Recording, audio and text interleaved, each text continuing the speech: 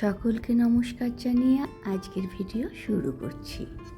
আমাদের দিল্লিতে এক সপ্তাহ হলো বর্ষাকাল এসেছে, মানে বৃষ্টি শুরু হয়েছে।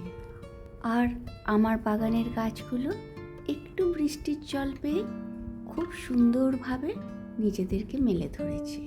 আজ আমি যে গাছটিকে নিয়ে কথা বলবো, এই গাছ নিয়ে বিশেষ কিছু কেউ বলে না, আর এই গাছকে আদর করে কেউ বাগানেও রাখে না।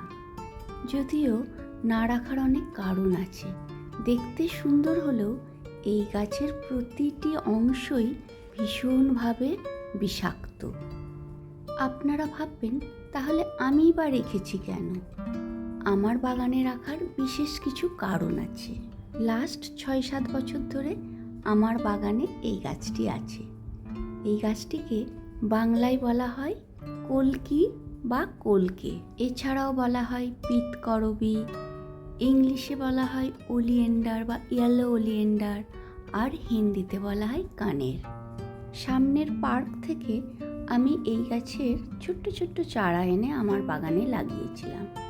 হোয়াইট কালারের, অরেঞ্জ কালারের আর ইয়েলো কালারের। আমরা সবাই জানি দিল্লির এই এক্সট্রিম ক্লাইমেটে সব রকমের গাছ রাখা কিন্তু খুব মুশকিল। আমার বাগানে বেশ কিছু গাছ আমি রেখেছি যেইগুলো এই ওয়েদারকে সহ্য করতে পারে।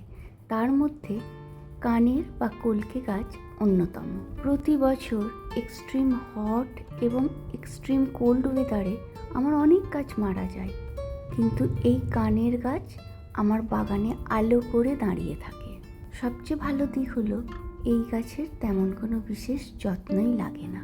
এই গাছের যত্নের মধ্যে লাগে সানলাইট 5 থেকে 6 ঘন্টা লাগে।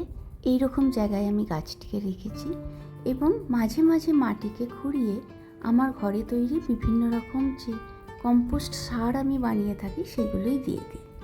কখনো পাতা পচা সার, কখনো কিচেন ওয়েস্ট কম্পোস্ট, আবার কখনো কখনো লিকুইড ফার্টিলাইজার দিয়েও এই গাছের যত্ন সেরে নেওয়া যায়। লাস্ট ইয়ারে গাছটি বর্ষার পরে আমি একটু প্রুনিং করে দিয়েছিলাম।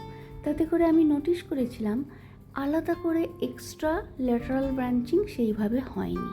তাই এই বছর আমি অন্যান্য গাছের মতনই মার্চ মাসেই প্রুনিং করে দিয়েছিলাম।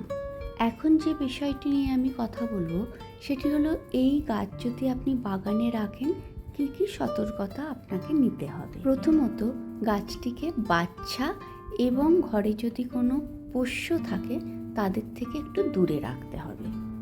দ্বিতীয়ত, গাছের ফল কখনোই গাছে রাখবেন না। মানে বলতে চাইছি, ফুল থেকে বীজ হওয়ার সাথে সাথে বীজগুলোকে আপনি গাছ থেকে তুলে ফেলে দিন।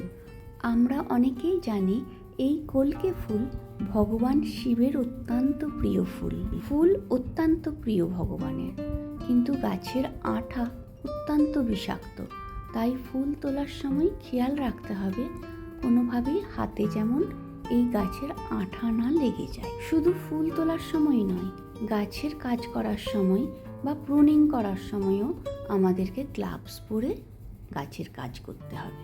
এই কলকে গাছের বিশেষ কিছু উপকারিতাও আছে। এই কলকে ফুলের জন্য বাগানে পলিনেটর ভীষণভাবে আকৃষ্ট হয়, আর এই পলিনেটর পলিনেশনে হেল্প করে। বাস্তুশাস্ত্র অনুযায়ী এই গাছকে বাড়ির জন্য ভীষণ শুভ মনে করা হয়। তাই সতর্কতা অবলম্বন করে এই গাছ বাগানে রাখাই যেতে পারে। সকলে ভালো থাকবেন। আজ এখানেই রাখছি।